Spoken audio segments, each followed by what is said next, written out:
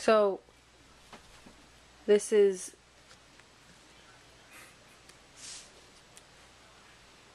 corpse 547. What?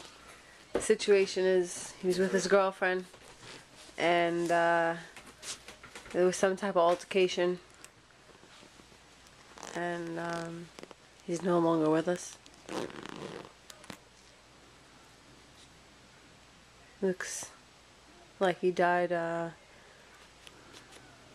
just after a surprise. Time of death 4:45. Injuries? None. It's confirmed he died of a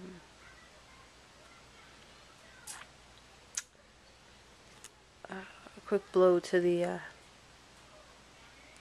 head. He was a good man. Star in Yo Gabba Gabba. He'll be missed.